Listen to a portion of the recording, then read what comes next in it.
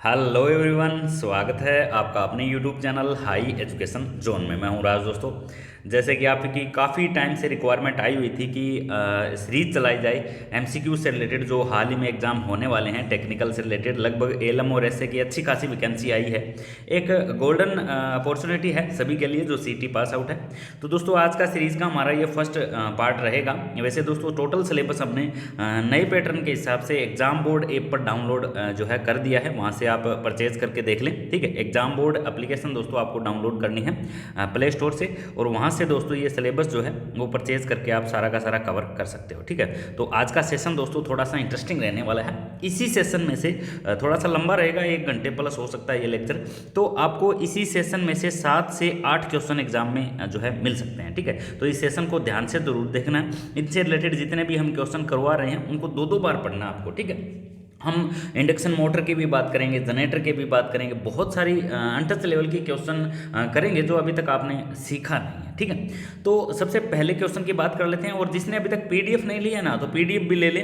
और डेली का डेली दोस्तों 100 नंबर का मॉक टेस्ट हो रहा है ग्रुप के अंदर, वो ग्रुप भी ज्वाइन कर ले। 99 रुपये पे करके आप ज्वाइन कर सकते हैं। ठीक है, तो उसमें क्या होता है ना कि डेली के डेली 100 क्वेश्चन भेजे जाएंगे। उनमें से 70 क्वेश्चन हमारे टेक्निकल, 10 क्वेश्चन हमारे कंप्यूटर, 20 क्वेश्चन दोस्तों हम संबंधित हो गए हरियाणा जीके से। ठीक है, तो उसके अंदर डेली का डेली मॉक टेस्ट होता है। मॉक टेस्ट से क्या होता है ना, आपकी तैयारी का लेवल क्या है आपको पता चलता रहता है। ठीक है, तो मॉक टेस्ट भी ज्वाइन कर लें, और ये एग्जाम बोर्ड ऐप पे जाके जो है टोटल सिलेबस को देख लें। जितने भी वीडियो लेक्चर है, लगभग 80 प्लस वीडियो लेक्चर वहाँ पे मिल जाएंगे आपको। और डेली के डेली 1 से 2 अपडेट होते हैं, लगभग 1 घंटा का लेक्चर डेली का डेली वहाँ पे होता है। ठीक है, और जिसको समझ में ना आता हो तो वो इस नंबर पे कॉल या मैसेज करके इंक्वायरी किसी की तरीके से करने चाहिए तो वो भी दोस्तों कर सकता है। ठीक है, तो आज का जो सेशन रहने वाला है दोस्तों, हमारे गारंटी बेस्ड जो एग्जाम बोर्ड पर वीडियो लेक्चर अपडेट किए गए हैं, उनकी खास बात यही है कि दोस्तों उसमें वही आपको करवाया जाएगा जो एग्जाम में पूछा जाता है। हम फालतू कचरे को साथ में लेके नहीं चलेंगे। ठीक है, जितना भी लगभग 13 से 14 सालों का एक्सपीरियंस रहा है मेरा, तो वही मैं शेयर कर रहा हूँ आपके साथ, ताकि एग्जाम में क्वेश्चन लाजमी वहाँ से पूछे जाए। टोटल सिलेबस हम नहीं कवर करेंगे, हम सिलेक्टेड सिलेबस कवर करेंगे। ठीक है, चलिए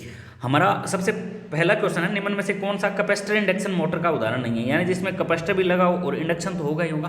कोई भी वायर होती है ना दोस्तों, ये हमारा तार है। अब इंडक्शन तो दोस्तों इसके चारों तरफ भी है, लेकिन इसको हम कॉइल के रूप में बना देंगे तो इसका इंडक्शन इसके मुकाबले ज़्यादा होगा। ठीक है, तो ये हमारा क्या हो जाता है, इंडक्शन हो जाता है। अब इंडक्शन से ही जितने भी हमारे रोटेटिंग पार्ट होते हैं ना इलेक्ट्रिकल लाइन के अंदर, मोटर है, जनरेटर है, ठीक है, एसी मोटर है, यूनिवर्सल मोटर है, शेडेड पोल मोटर है, capacitor start capacitor run motor है, या दोस्तों capacitor start induction run motor है, सभी का सभी किस पे जुड़ा हुआ है, बेस इंडक्शन पे जुड़ा हुआ है। अब ये इंडक्शन आपको समझ में आ गया। अब आपको पता चल जाएगा कि इंडक्शन की बात कर रहे हैं तो ये कॉइलें हैं, इनको ऐसे टर्नों के रूप में देके अगर वाइंडिंग कर देंगे तो इससे इंडक्शन बनेगा, इससे हमारा रोटर घूमेगा। ठीक है, अब देखिए दोस्तों इसमें क्वेश्चन पूछा गया है कैपेसिटर इंडक्शन मोटर का उदाहरण है। कैपेसिटर स्टार्ट मोटर बिल्कुल उदाहरण है, क्योंकि इंडक्शन तो इसके अंदर भी होगा। इंडक्शन हर एक चीज के अंदर होता है जो रोटेटिंग पार्ट होता है।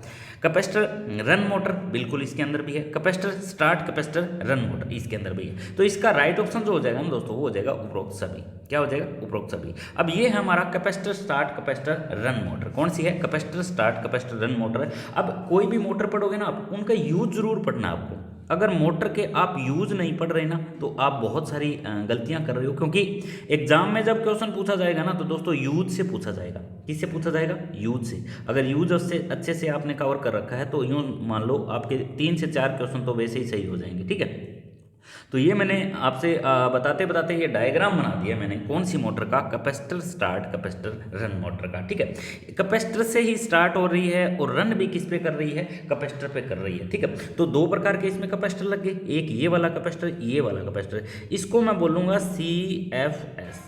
CFS मैं शॉर्टकट में लिख रहा हूँ, इसको बोलते हैं सेंट्रीफ्यूगल स्विच। ठीक है, ये सेंट्रीफ्यूगल स्विच का काम क्या होता है दोस्तों, जैसे ही मोटर 75% स्पीड पर पहुंचती है तो ये इस कैपेसिटर को क्या कर देता है, कट कर देता है सर्किट में से। ये यहाँ से क्या हो जाता है, ब्रेक हो जाता है, यहाँ से क्या हो जाता है, ये ओपन हो जाता है, ये रास्ता खाली हो जाता है। ये इसका काम होता है। ठीक है, अब देखिए दोस्तों capacitor start capacitor run motor. अब इसके अंदर 2 प्रकार के कैपेसिटर लगे होते हैं। एक तो दोस्तों पेपर कैपेसिटर होता है। एक कौन सा होता है, पेपर कैपेसिटर। जो ये जो लगा हुआ है दोस्तों इसको बोलते हैं पेपर कैपेसिटर, और ये जो परमानेंट जुड़ाई जो रहता है उसको बोलते हैं इलेक्ट्रोलाइटिक कैपेसिटर। कौन सा कैपेसिटर, इलेक्ट्रोलाइटिक कैपेसिटर। आपको ध्यान में रखना है ये इलेक्ट्रोलाइटिक कैपेसिटर पावर फैक्टर को इंप्रूव करता है। क्या करता है, पावर फैक्टर को इंप्रूव करता है। मोटर का स्टार्टिंग टॉर्क अच्छा होता है। अगर कैपेसिटर जुड़ा हुआ है ना मोटर के अंदर, तो वहां पे आप पावर फैक्टर से उसको रिलेट कर सकते हो, जो परमानेंट जुड़ा रहता है, और आप इसको बता सकते हो कि उस मोटर का स्टार्टिंग टॉर्क क्या होगा, हाई होगा, उस मोटर का पावर फैक्टर भी क्या होगा, हाई होगा। अब कोई भी मोटर दे दी, उसमें कैपेसिटर का नाम भी दे दिया, और आपसे पूछा गया कि इस मोटर का पावर फैक्टर क्या होगा, निम्न,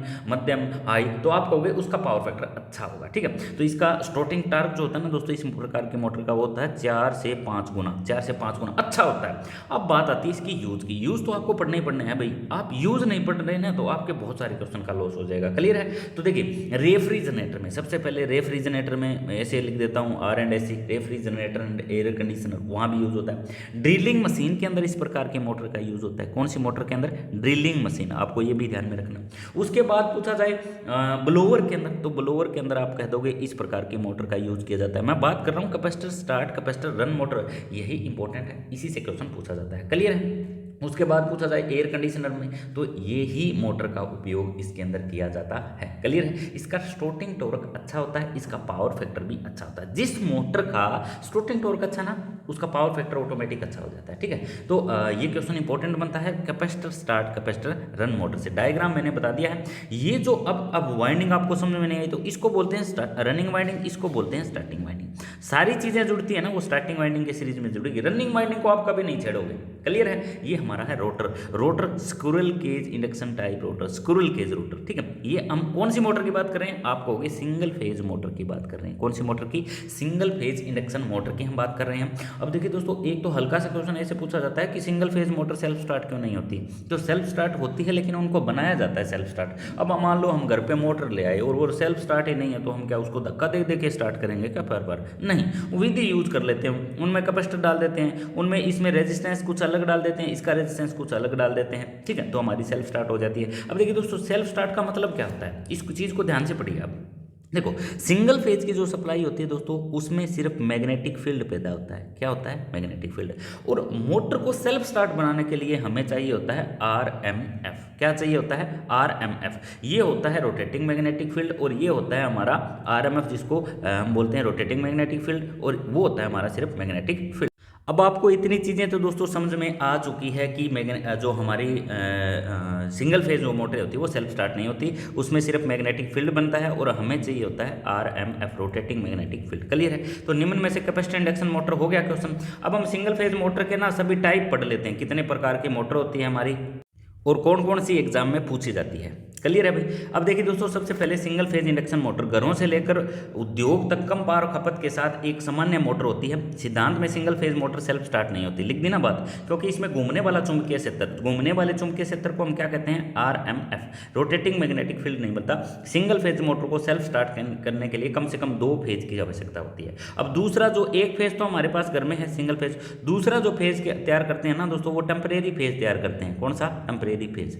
ठीक है, और इससे हमारी मोटर क्या हो जाती है? सेल्फ स्टार्ट हो जाती है। अब देखते हैं हम ये जो हमारी टेम्परेरी फेज है ये हम कैसे तैयार करेंगे, वो भी हम देख लेते हैं, ताकि आपका यहाँ से रिलेटेड भी डाउट बनता है तो वो भी आपका कवर हो जाए। देखिए, सबसे पहले है स्प्लिट फेज मोटर। कौन सी है? Split phase motor. Split phase motor को रेजिस्टेंस टाइप मोटर भी बोलते हैं। कौन सी? Resistance type. इसमें ना दोस्तों देखिए, एक वाइंडिंग होती है, ये हमारी मान लो स्टार्टिंग वाइंडिंग है, और ये हमारी है रनिंग वाइंडिंग। ठीक है, तो ये वाली वाइंडिंग और ये वाली वाइंडिंग का तार अलग कर देते हैं, इनका रेजिस्टेंस में डिफरेंस कर देते हैं। ठीक है, अब इसका मैग्नेटिक फील्ड बनेगा उतना ही इसका बनेगा, फिर तो फायदा नहीं है, फिर तो जो रोटर बनता है ना बीच में, उसको टार्क नहीं मिलेगा। क्लियर है। तो इसका कुछ अलग टार्क बना देते हैं, इसका कुछ अलग रेजिस्टेंस बना देते हैं, ये अपना कुछ अलग मैग्नेटिक फील्ड बनाती है, ये अपना एक मैग्नेटिक फील्ड कुछ अलग बनाती है, ये दोनों इस पर टार्क डालती है, और ये मोटर हमारी घूमने शुरू कर देती है। तो इसको बोल देते हैं हम हमारी सिंगल फेज, स्प्लिट फेज। एक फेज को क्या कर दिया? स्प्लिट कर दिया। ठीक है।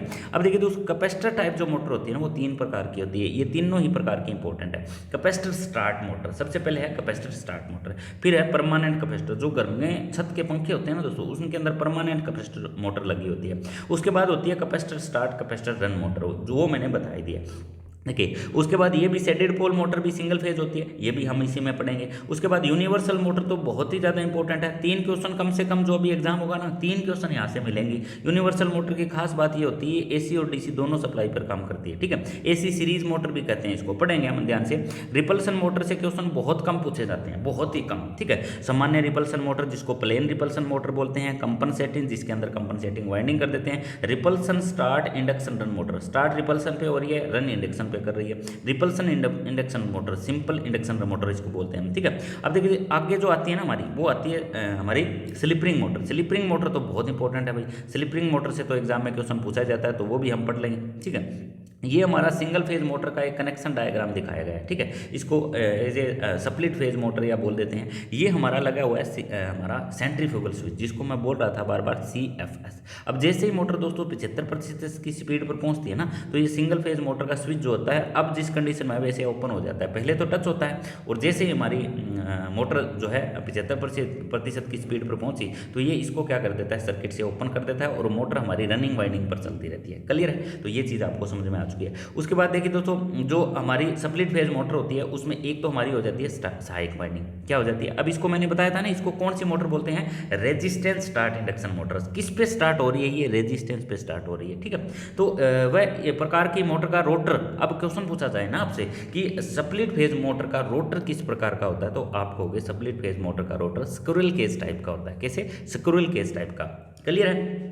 अब कई बार क्या करते हैं ना, ये डिफरेंस पूछ लेते हैं एग्जाम के अंदर, रनिंग वाइंडिंग और मेन वाइंडिंग के अंदर, यानी स्टार्टिंग वाइंडिंग में डिफरेंस क्या होता है। तो आप कहोगा पतला तार और ज़्यादा लपेटे हैं, ठीक है। तार क्या है, पतला है, और लपेटे क्या है, ज़्यादा है, तो कौन सी वाइंडिंग है, आप कहोगे स्टार्टिंग वाइंडिंग है। क्लियर है। तार मोटा है और लपेटें कम है, तार मोटा है और लपेटें क्या है, कम है, तो इस प्रकार की वाइंडिंग को हम क्या देते हैं, रनिंग वाइंडिंग। क्लियर है। तो इसका रेजिस्टेंस कुछ अलग होगा, इसका मैग्नेटिक फील्ड कुछ अलग बनेगा, इसका मैग्नेटिक कुछ अलग बनेगा। ये दोनों के दोनों मैग्नेटिक फील्ड रोटर पर एक टॉर्क डालेंगे, जिससे रोटर हमारा क्या कर देता है, घूमना शुरू कर देता है। बस स्प्लिट फेज मोटर का यही सिस्टम होता है मैन, ठीक है। अब देखिए दोस्तों, इसमें पूछे जाने वाले क्वेश्चन क्या होते हैं, रनिंग वाइंडिंग के समानांतर में तथा स्टार्टिंग वाइंडिंग के सीरीज में। अब स्टार्टिंग वाइंडिंग के सीरीज में ही हम लगाते हैं अब केंद्रिक स्विच। अब केंद्रिक स्विच को हम इंग्लिश में बोल लेते हैं सेंट्रीफ्यूगल स्विच, तथा कैपेसिटर के श्रेणी क्रम में, अगर कैपेसिटर लगा दिया तो कैपेसिटर मोटर होगी। क्लियर है। अब यहाँ से किस प्रकार के क्वेश्चन पूछे जाएंगे, देखिए यहाँ से पूछा जाएंगे कि जब मोटर 75% की स्पीड पर पहुँच जाती है तो कौन सा स्विच और कौन सी वाइंडिंग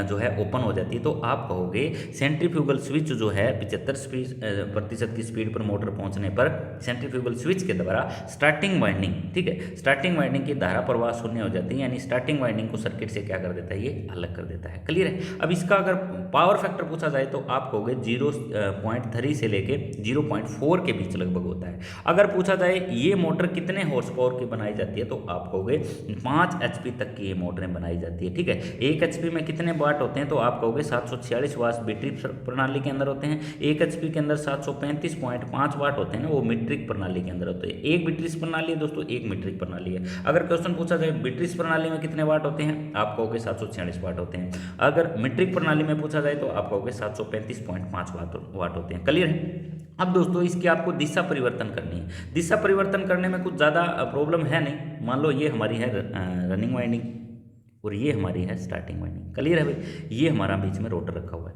तो ये वाला तार उठा के आप यहाँ जोड़ दो और ये वाला तार उठा के यहाँ जोड़ दो, बस DOR चेंज होगी, ठीक है। इसके रनिंग और स्टार्टिंग के टर्मिनल बदलने हैं। ये हमारी मान लो स्टार्टिंग वाइंडिंग है, ये हमारी है रनिंग वाइंडिंग। ये वाला टर्मिनल उठा के यहाँ पे जोड़ दो, यहाँ से हटा दो इसको, और ये वाला टर्मिनल यहाँ से हटा के यहाँ जोड़ दो, ये इसके DOR चेंज होगी। बस DOR चेंज करने का सिंपल मेथड होता है। स्प्लिट फेज मोटर जो होती है 0.5 HP तक की क्षमता की बनाई जाती है। सिंगल फेज मोटर की दक्षता कम होती है। जो सिंगल फेज की मोटर जितने भी होती है ना, वैसे लगभग उनकी एफिशिएंसी कम होती है 3 फेज मोटर के मुकाबले, क्योंकि 3 फेज मोटर के अंदर डायरेक्ट पैदा क्या होता है, RMF पैदा होता है। क्योंकि सिंगल फेज की मोटरों के अंदर एक टेम्परेरी फेज तैयार करते हैं, और 3 फेज की मोटरों के अंदर सॉलिड फेज होते हैं तीनों, R, Y और B। तो इस प्रकार से कहीं से भी क्वेश्चन पूछा जाए तो वो आपका गलत नहीं होना चाहिए। चलिए थोड़ा सा हम आगे बढ़ते हैं। अगला क्वेश्चन क्या कहा है, निम्न में से किसे मेन वाइंडिंग कहा जाता है। तो मेन वाइंडिंग तो रनिंग वाइंडिंग को ही कहेंगे ना। मेन वाइंडिंग किसको कहेंगे, रनिंग वाइंडिंग को कहेंगे। क्लियर है। रनिंग वाइंडिंग मोटा तार और कम टर्न। रनिंग वाइंडिंग का पूछा जाए तो आप कहोगे मोटा तार और कम टर्न, ठीक है। स्टार्टिंग वाइंडिंग का पूछा जाए तो पतला तार और अधिक टर्न, ये हमारी स्टार्टिंग वाइंडिंग है। है। क्लियर है? यहाँ से क्वेश्चन पूछा जाए तो बिल्कुल गलत नहीं करोगे। अब मोटा तार और कम टर्न है तो इसका रेजिस्टेंस क्या होगा? कम होगा, क्योंकि तार क्या हो गया? मोटा हो गया। अगर पूछा जाए कि स्टार्टिंग वाइंडिंग का रेजिस्टेंस क्या होता है तो इसका रेजिस्टेंस ज़्यादा होता है, क्योंकि इसमें तार कौन सा होगा? पतला। तार कौन सा होगा? पतला। और टर्नें क्या होगी? ज़्यादा। ठीक है, तो यहाँ से क्वेश्चन पूछा जाए तो बिल्कुल आपको गलत नहीं करना है। ये हमारी डैम्पर वाइंडिंग है, कंपनसेटर वाइंडिंग है, ये हमारी की जाती है डीसी मोटर के अंदर या डीसी जनरेटर के अंदर आर्मेचर रिएक्शन को कम करने के लिए। ठीक है, वो हम डिटेल से, हो सकता है इसी वीडियो में क्वेश्चन आए तो वहाँ से भी कर लेंगे। अब अगला क्वेश्चन तो आप आसानी के साथ कर सकते हो ना। ठीक है, देखिए अब केंद्रिक स्विच पूर्ण गति का कितना प्रतिशत गति पर वियोजन का कार्य करती है? वियोजन मतलब अलग करने, वियोजन मतलब होता है अलग करना। तो ये अलग किसको करती है? स्टार्टिंग वाइंडिंग को। कब करती है? 75% की स्पीड पर जैसे ही सिंगल फेज मोटर पहुंचेगी तो ये स्टार्टिंग वाइंडिंग को क्या कर देती है? सर्किट से अलग कर देती है। क्लियर है भाई? यहाँ से देखिए ये करता कैसे, मैं आपको बता भी देता हूँ। ठीक है, देखिए ये सेंट्रीफ्यूगल स्विच लगा हुआ है यहाँ पे। ठीक है, ये हमारी है स्टार्टिंग वाइंडिंग और ये हमारी है रनिंग वाइंडिंग। ये हमारा रोटर है। तो जैसे ये 75% की स्पीड पर मोटर पहुंचेगी ना तो ये इसको क्या कर देगी? ओपन कर देगी। क्या कर देगी? ओपन कर देगी। हमारी मोटर जो है रनिंग वाइंडिंग पर चलती रहेगी। तो यहाँ से क्वेश्चन ऐसे पूछा जाएगा। अब ये रनिंग वाइंडिंग है ना दोस्तों, ये यहाँ पे लगाते हैं, यहाँ पे। ठीक है, क्योंकि अगर यहाँ पे लग गई तो इसका कनेक्शन ही कट हो गया ना। अगर सेंट्रीफ्यूगल स्विच ओपन हो गया तो ये भी कट गई। यहाँ पे लगाते हैं रनिंग वाइंडिंग। क्लियर है? तो अब ये सेंट्रीफ्यूगल स्विच ओपन होगा ना तो ये हमारी मान लो सप्लाई है, तो रनिंग वाइंडिंग तो काम कर ही रही है ना। तो इस प्रकार से डायग्राम बनाकर आप समझ सकते हो। ये हमारी हो जाती है सेंट्रीफ्यूगल स्विच से रिलेटेड क्वेश्चन, जो एग्जाम में पूछा जाए तो बिल्कुल आपका गलत नहीं होना चाहिए। अगला क्वेश्चन देखिए दोस्तों, बहुत अच्छा क्वेश्चन है। Shaded pole motor, shaded pole का कितना गुना होता है? तो शेडेड पोल मोटर जो होती है ना दोस्तों, वो पहले तो मैं उसका डायग्राम बना के दिखा देता हूँ। शेडेड पोल मोटर का, ये शेडेड हमारी रिंग लगी होती है इसके अंदर, ये हमारे शेडेड पोल है। ठीक है, इसके ऊपर कॉपर की रिंग यहाँ होती है, यहाँ होती है। ये हमारे पोल है नॉर्थ साउथ। ये हमारा रोटर लगा होता है। इसके अंदर रोटर भी पूछा जाता है कई बार, सैलिएंट प्रकार का होता है। ये हमारी शेडेड पोल मोटर है जो 1/3 भाग पर शेडेड पोल कटे होते हैं। कौन से? Shaded pole. और इन्हीं से टारक बनता है। अब इसका फ्लक्स बनेगा वो यहाँ पे दबाव डालेगा, इसका फ्लक्स बनेगा वो यहाँ पे फोर्स डालेगा। तो ये इसको इधर घुमाएगा, ये इसको इधर घुमाएगा। और इस मोटर की खास बात ये होती है, इसकी डीओआर चेंज नहीं हो सकती। ठीक है, डायरेक्शन ऑफ चेंज रोटेशन करने के लिए ये वाले पोल के नट बोल्ट खोल के इस साइड लगाओ और इस वाले पोल के नट बोल्ट खोल के इस साइड लगाओ, तो ये मोटर हमारी घूम होगी। और इनके पास से भी बदलो। ठीक है, ये वाला जो इसका साइड है इसको घुमाओ और ये वाला साइड है इसको घुमाओ। तो इसका राइट ऑप्शन आप कर लोगे 3 गुना। सैलिएंट पोल शेडेड पोल का कितना होता है? तो ये 3 गुना होता है। ठीक है, 3 गुना मतलब दोस्तों ये वाला मेन पोल।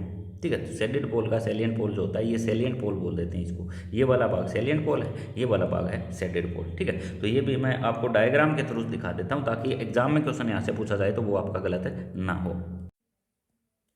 अब देखिए ये वाला जो डायग्राम दिखाई दे रहा है ना, ये तो हमारे है शेडेड। ठीक है, शेडेड रिंग बोल देते हैं। ये जैसे लगा हुआ है यहाँ पे, और ये हमारा है मेन पोल। ये तीसरा हिस्सा हो जाता है तो ये हमारा पहला हिस्सा हो जाता है। क्लियर है? ये हमारी मेन वाइंडिंग हो जाती है पूरे पोल के ऊपर। ये हमारी शेडेड रिंग लगी हुई है। ठीक है, इसके और भी बहुत सारे डायग्राम आपको मिल जाएंगे अच्छे से समझने के लिए। ये वाला डायग्राम देखिए जैसे। ठीक है, ये हमारी है मेन वाइंडिंग, ये हमारी है शेडेड वाइंडिंग। ये यहाँ से इसके ऊपर टारक लगाती है, ये यहाँ से ऊपर टारक लगाती है, तो रोटर हमारा इस दिशा में घूमना शुरू कर देता है। Main winding, shaded coil, stator, main winding. अगर इसका पूछा जाए पोल तो आप कहोगे स्क्रूल केज टाइप रोटर इसमें इस्तेमाल किया जाता है। स्क्रूल केज टाइप रोटर। इसकी सैलिएंट पोल ये है, मेन शेडेड पोल इसका ये है। तो ये हमारी मोटर हो जाती है शेडेड पोल। अब दोस्तों यहाँ से क्वेश्चन पता है कैसे पूछा जाएगा? शेडेड पोल मोटर में शेडेड रिंग कहाँ पर लगाई जाती है? तो आप कहोगे दोनों पोलों के ऊपर, पोल फेस के ऊपर लगाई जाती है। यहाँ से सिलेक्टेड क्वेश्चन बनते हैं जो इंपॉर्टेंट बनते हैं।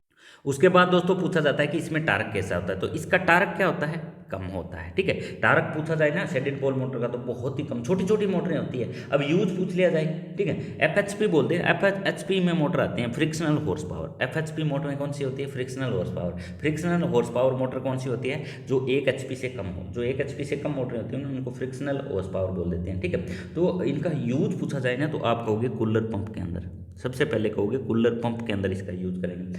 दूसरा पूछा जाए तो इसका कहोगे केबिन में। केबिन के अंदर जो एग्जॉस्ट फैन वगैरह लगे होते हैं ना छोटे छोटे, वहाँ के अंदर। उसके बाद पूछा जाए कि इसका तीसरा यूज कहाँ करेंगे तो आप कहोगे हीटर कन्वर्टर। हीट कन्वर्टर आता है एक छोटा सा, उसके अंदर यूज करेंगे हीट कन्वर्टर। उसके बाद पूछा जाए तो आप कहोगे फोनोग्राफ, एक मशीन होती है छोटी सी, उसके अंदर यूज करते हैं। फैन के अंदर जो छोटे छोटे फैन होते हैं ना, ठीक है, वहाँ भी इसका यूज़ करते हैं। तो कम पावर की मोटरें जहाँ यूज़ होती है तो वहाँ पे इसका इस्तेमाल किया जाता है, और इसकी बनावट सरल होने के कारण ये सस्ती पड़ती है। ये बिल्कुल छोटी छोटी मोटरें होती हैं जो सस्ती पड़ती है, आसानी से उपलब्ध हो जाती है। क्लियर है। एफएचपी के अंतर्गत आती है। किसके अंदर? एफएचपी बोलते हैं फ्रिक्शन हॉर्स पावर, जो 1 हॉर्स पावर से भी कम मोटरें होती है। क्लियर है। तो सैलिएंट पोल से और शेडेड पोल मोटर से क्वेश्चन पूछा जाए तो वो आपका गलत है, नहीं होना चाहिए। अब थोड़ा सा और आगे बढ़ लेते हैं और देखिए आगे किस प्रकार का क्वेश्चन है। डीसी सीरीज मोटर को एसी से परिचालित करने में निम्न में से क्या सुधार करना पड़ता है? ठीक है, अब डीसी सीरीज मोटर है, एसी सीरीज मोटर है या डीसी सीरीज मोटर है, उसको संचालित किससे करना है? हमें एसी से संचालित करना है। ठीक है, तो आप कहोगे इस प्रकार की मोटर को स्टार्ट करने के लिए ये सभी चीज़ें हमें चाहिए कि स्टेटर में इंटरपोल का उपयोग करना पड़ेगा। स्टेटर के अंदर क्या लगा देंगे? इंटरपोल लगा देंगे। इंटरपोल दोस्तों क्या होते हैं? देखिए इंटरपोल जो होते हैं ना, वो जैसे ये तो हमारे मेन पोल है, ये हमारा 1 पोल है, ये हमारा 2 पोल है, मान लो ये 4 पोल की मोटर होगी हमारी। ठीक है, तो यहाँ पे छोटे छोटे पोल लगे होते हैं बीच में, ये वाले जो होते हैं दोस्तों इनको बोलते हैं इंटरपोल। मेन पोलों से छोटे पोल जो होते हैं दोस्तों उनको कहा जाता है इंटरपोल। इंटरपोल क्वेश्चन कहाँ पूछा जाए? इंटरपोल का क्वेश्चन ऐसे पूछा जाएगा कि इंटरपोल का कार्य क्या होता है? तो ये इंटरपोल आर्मेचर रिएक्शन को कम करने के लिए इस्तेमाल किया जाता है। ये हमारा आर्मेचर है डीसी जनरेटर के अंदर। अब डीसी जनरेटर के अंदर मान लो 4 पोल लगे हुए हैं, नॉर्थ साउथ। अब इसके अंदर दोस्तों जब आर्मेचर अपना फ्लक्स बनाता है और मेन पोल अपना फ्लक्स बनाते हैं ना, तो इनके आर्मेचर के अंदर भी करंट बहना शुरू हो जाएगा। तो आर्मेचर का जो फ्लक्स बनेगा ना दोस्तों, वो मेन फ्लक्स का विरोध करता है। जो मेन फ्लक्स का विरोध करता है ना, तो उसको बोलते हैं आर्मेचर रिएक्शन। आर्मेचर एक्शन नहीं ले रहा, आर्मेचर रिएक्ट कर रहा है, रिएक्शन कर रहा है। ठीक है, तो उस वजह से ये इंटरपोल लगाए जाते हैं। ये इंटरपोल क्या करते हैं? जो हमारा आर्मेचर का फ्लक्स बनता है उसका विरोध करके इसको क्या कर देते हैं? खत्म कर देते हैं। ठीक है, और हमारा मेन फ्लक्स जो होता है ना, जो मेन वाइंडिंग के थ्रू जो फ्लक्स बन रहा है, वो सारा का सारा काम में आ जाते हैं। तो इस विधि से आर्मेचर रिएक्शन को कम किया जा सकता है। आर्मेचर तथा फील्ड के एयर गैप को कम करना, एयर गैप कम करना पड़ेगा, नहीं तो स्पार्किंग ज़्यादा होगी ब्रूसों के ऊपर। उसके बाद बताया गया उच्च प्रतिरोध वाला कार्बन ब्रूस प्रयोग करके। अब स्पार्किंग होगी ना कार्बन ब्रूस कम्यूटेटर पर, तो डीसी सप्लाई के अंदर ज़्यादा स्पार्किंग होगी। एसी का यूज़ करना है तो अधिक रेजिस्टेंस वाले, ज़्यादा से ज़्यादा रेजिस्टेंस वाले कार्बन ब्रूस आप यूज़ कर लोगे, तो ये हमारा राइट ऑप्शन हो जाएगा, ऑप्शन डी। अब देखिए दोस्तों, सीरीज मोटर कितने प्रकार की होती है? 3 प्रकार की होती है। कितने प्रकार की? 3। सबसे पहली कौन सी मोटर आती है? तो सबसे पहले आप कहोगे सीरीज मोटर आती है, सबसे पहले सीरीज। उसके बाद कौन सी मोटर आती है? तो आप कहोगे शंट मोटर आती है। उसके बाद कौन सी मोटर आती है? तो आप कहोगे कंपाउंड मोटर आती है। कौन सी? कंपाउंड। ये 3 प्रकार की मोटर होती है। अब इसमें सीरीज में पूछा जाए कि इस मोटर में कौन सा स्टार्टर लगता है, तो आप कहोगे 2 पॉइंट स्टार्टर लगता है। शंट में पूछा जाए तो इसमें 2 पॉइंट स्टार्टर भी यूज़ कर सकते हैं, 3 पॉइंट भी यूज़ 3 पॉइंट स्टार्टर भी यूज़ कर सकते हैं, 4 पॉइंट। डीसी के स्टार्टर होते हैं दोस्तों, ये नाम ही होता है, इसका नाम होगा 2 पॉइंट स्टार्टर, इसका नाम होगा 3 पॉइंट स्टार्टर, इसका नाम होगा 4 पॉइंट स्टार्टर। ठीक है, कंपाउंड में पूछा जाए तो 3 भी यूज़ कर सकते हैं, 4 भी यूज़ कर सकते हैं। ठीक है, डीसी शंट मोटर का कहाँ इस्तेमाल करते हैं? जहाँ स्थिर लोड की जरूरत हो, हमें स्थिर स्पीड की जरूरत हो। ठीक है, सीरीज मोटर का कहाँ इस्तेमाल करते हैं? जहाँ ज़्यादा स्टॉर्टिंग टार्क की जरूरत हो। स्टॉर्टिंग टार्क क्या हो? जहाँ पे ज़्यादा इस्तेमाल हो। ठीक है, इस प्रकार से पूछ ले जाए। कंपाउंड मोटर जिसमें दोनों स्थिर स्पीड की और ज़्यादा टार्क की जरूरत होती तो आप कंपाउंड मोटर यूज़ कर लोगे। क्लियर है। तो इस प्रकार के क्वेश्चन पूछे जाए तो वो भी आपके गलत नहीं होने चाहिए। डीसी सीरीज मोटर को एसी से प्रचालित करने के लिए जो है आप ये सुधार करोगे तो ये इसके आसानी के साथ आप एसी में भी इसको चला सकते हो। क्लियर है। तो यहाँ से क्वेश्चन पूछा जाए तो ये भी आपका गलत नहीं होना चाहिए। चलिए थोड़ा सा और आगे बढ़ लेते हैं। निम्न में से कौन सी मोटर संरचना जटिल व मूल्य अधिक होता है? ठीक है, संरचना भी मुश्किल है और इसके जो है मूल्य भी अधिक है, तो आप कहोगे repulsion motor. Repulsion motor important है दोस्तों। रिपल्सन मोटर में एक क्वेश्चन तो ये पूछा जाता है कि रिपल्सन मोटर कितने प्रकार की होती है। ठीक है, तो आप कहोगे रिपल्सन मोटर जो होती है वो मुख्य 3 प्रकार की होती है। प्लेन रिपल्सन मोटर होती है हमारी, दूसरी जो होती है वो रिपल्सन इंडक्शन मोटर होती है, एक होती है repulsion start induction run motor. जो अगले प्रकार की रिपल्सन मोटर होती है वो कभी भी एग्जाम में नहीं पूछी जाती। ठीक है, जो रिपल्सन मोटर होती है दोस्तों ये पावर फैक्टर के लिए, देखिए इसमें ये महंगी है तो इसमें पावर फैक्टर भी अच्छा होगा। ठीक है, ये पावर फैक्टर के लिए मेन यूज़ करेंगे। मान लो जहाँ पे हमें हाई पावर फैक्टर की ज़रूरत होती है ना, वहाँ यूज़ करेंगे। जहाँ पे स्टॉर्टिंग टार्क क्या हो? हाई। स्टॉर्टिंग टार्क की भी हमें हाई ज़रूरत पड़ती है, जैसे क्रेन के अंदर है मान लो। ठीक है, वहाँ स्टॉर्टिंग टार्क क्या चाहिए? ज़्यादा चाहिए। ठीक है, और इसकी विशेषता जो हमारी ये मोटर होती है ना दोस्तों, रिपल्सन मोटर, इसकी विशेषता किससे मिलती जुलती है? ऐसा पूछा जाए तो आप डीसी सीरीज मोटर का नाम लिख के आ जाओगे। कौन सा? DC series motor. क्योंकि डीसी सीरीज मोटर में सेम क्वालिटी होती है, स्टार्टिंग टॉर्क हाई होता है। और रिपल्सन मोटर की भी सेम क्वालिटी होती है, इसका स्टार्टिंग टॉर्क भी हाई होता है। ठीक है, तो यहाँ से क्वेश्चन उठाए जाएंगे जो आपको गलत नहीं करते। इनकी निपुणता अच्छी होती है, इनकी एफिशिएंसी अच्छी होती है।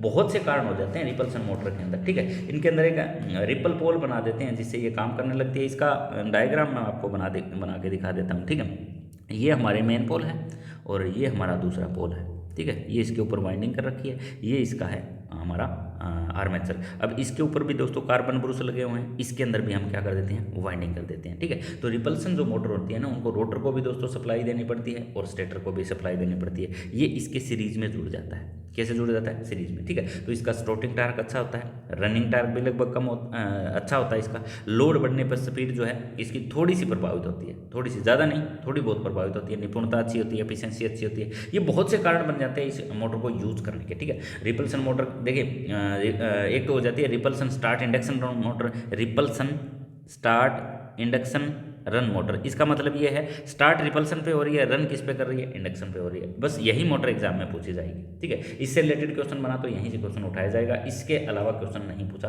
जाता है। चलिए अब बढ़ लेते हैं थोड़ा सा और आगे की तरफ, अगले क्वेश्चन की तरफ। वीडियो दोस्तों थोड़ा सा लंबा होने वाला है और यहाँ इस वीडियो को अच्छे से देख लिए तो 5 से 7 क्वेश्चन आपके एग्जाम में सही हो जाएंगे।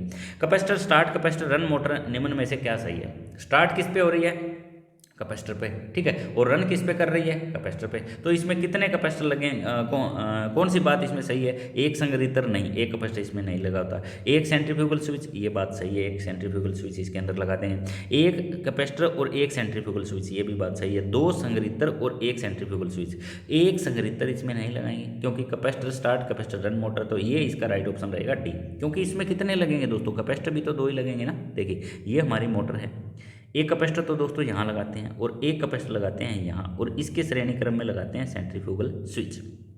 ये हमारी होगी हमारी कौन सी मोटर, हमारी capacitor start, capacitor run motor. Clear है, ये हमारी स्टार्टिंग वाइंडिंग हो जाती है और ये हमारी हो जाती है रनिंग वाइंडिंग। इसके यूज वगैरह सब कुछ मैंने पहले बता दिया है। ठीक है, सबसे पहला शायद यही क्वेश्चन आया था, capacitor start, capacitor run motor. Clear है, ये जो कैपेसिटर होता है ना दोस्तों, ये होता है हमारा पेपर, हमारा इलेक्ट्रोलाइटिक कैपेसिटर, और ये होता है हमारा दोस्तों पेपर कैपेसिटर। यहाँ से क्वेश्चन हो सकता है उठा लिया जाए, जैसे refrigerator, drilling machine, blower, air conditioner, इस प्रकार के क्वेश्चन दोस्तों यहाँ से बन जाते हैं। चलिए अब बढ़ लेते हैं दोस्तों थोड़ा सा और आगे की तरफ। किस पोल पर शेडेड पोल में मुख्य वाइंडिंग की जाती है, तो सेलिएंट पोल पर की जाती है ना भाई। सेलिएंट पोल अभी अभी तो हमने क्वेश्चन पढ़ा था, सेलिएंट पोल पर जो है मुख्य किस पोल पर शेडेड पोल मोटर में मुख्य वाइंडिंग की जाती है, तो आप कहोगे शेडेड पोल पर। ये मुख्य वाइंडिंग होती है। देखिए दोस्तों, इस प्रकार से इसमें शेडेड रिंग कटा होता है ना, ये। अब ये जो पोल आ गया ना, इसके ऊपर इसको बोलेंगे सेलिएंट पोल, इसको बोलेंगे शेडेड पोल। क्लियर है, तो इसके ऊपर जो की जाती है उसको बोलते हैं मुख्य वाइंडिंग। क्या बोलते हैं, मुख्य वाइंडिंग। तो यहाँ से क्वेश्चन पूछा जाए तो वो भी आपका गलत नहीं होना चाहिए। चलिए अगला क्वेश्चन देख लेते हैं। क्या कारण है कि मोटर प्राय एग्जॉस्ट फैन के लिए प्रयोग की जाती है। क्या कारण है कि कैपेसिटर मोटर पूछा गया है कि वो सिर्फ एग्जॉस्ट फैन के लिए यूज की जाती है, तो आप कहोगे ये तीनों।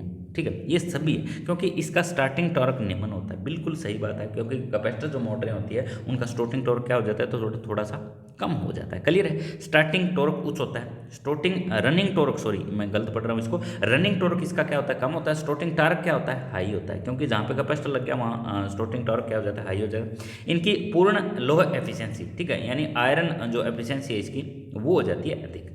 ठीक है, इसीलिए इन सभी कारणों को मद्देनजर रखते हुए हम जो कैपेसिटर मोटर हैं वो प्राय एग्जॉस्ट फैन के अंदर यूज करते हैं। क्लियर है, अब बढ़ लेते हैं दोस्तों आज के हमारे नेक्स्ट क्वेश्चन की तरफ। अगला क्वेश्चन है, किसके प्रयोग से शेडेड पोल मोटर में घूमने वाला फील्ड जो है, घूमने वाला आरएमएफ जो है वो पैदा हो जाता है। ठीक है, ये भी अच्छा क्वेश्चन है, वैसे मैंने एक क्वेश्चन करवा भी दिया है। तो आप कहोगे शेडेड कॉइल, किसके प्रयोग से शेडेड पोल मोटर में, सिर्फ बात की गई है शेडेड पोल मोटर के अंदर, तो आप कहोगे शेडेड कॉइल। शेडेड कॉइल के कारण शेडेड पोल मोटर में घूमने वाला आरएमएफ, जिसको बोलते हैं रोटेटिंग मैग्नेटिक फील्ड, जिसको चुंबकीय घूमता हुआ चुंबकीय क्षेत्र बोला जाता है, इसके कारण शेडेड पोल मोटर के अंदर आरएमएफ पैदा हो जाता है। क्लियर है, ये क्वेश्चन भी दोस्तों आप आसानी के साथ कर सकते हो क्योंकि अभी हमने एक्सप्लेनेशन पढ़ ली है।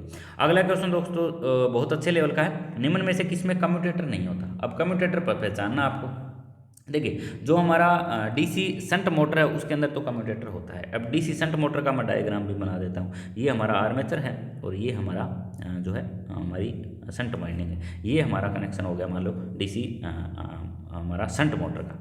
ये आर्मेचर मैंने इसको पैरेलल में जोड़ दिया। शंट मोटर की क्वालिटी क्या होती है, पतला तार और अधिक टर्न। शंट मोटर की शंट फील्ड वाइंडिंग की ऐसा लिख देते हैं इसको, ठीक है। और सीरीज जो होती है ये मोटा तार और कम टर्न होती है, इसको SE लिखते हैं। किससे, SE से। ये कैसे जुड़ी होती है, आर्मेचर के सीरीज में। ये डायग्राम है सीरीज मोटर का, ये डायग्राम है शंट मोटर का। निम्न में से किसमें कम्यूटेटर नहीं होता पूछा गया, शंट मोटर में तो भाई होता है। प्रत्याकर्षण मोटर यानी रिपल्सन मोटर में भी होता है। ऐसी सीरीज मोटर इसके अंदर भी होता है। इंडक्शन प्रकार की जितने भी मोटर हैं उनके अंदर जो है कम्यूटेटर नहीं होता है, ठीक है। रिपल्सन की तो बात आ जाए, वहां पे तो कम्यूटेटर है, क्योंकि उसके अंदर तो रोटर के अंदर भी हम सप्लाई देते हैं ना, ठीक है। तो आप कहोगे प्रेरण मोटर यानी सिर्फ इंडक्शन रन मोटर है ना, इंडक्शन किसी भी प्रकार की मोटर जिसमें सिर्फ इंडक्शन आ रहा है, तो उस प्रकार की मोटर के अंदर कम्यूटेटर जो है वो नहीं होता है। कम्यूटेटर के बारे में जानना बहुत ज़्यादा जरूरी है, तो मैं बता भी देता हूँ आपको।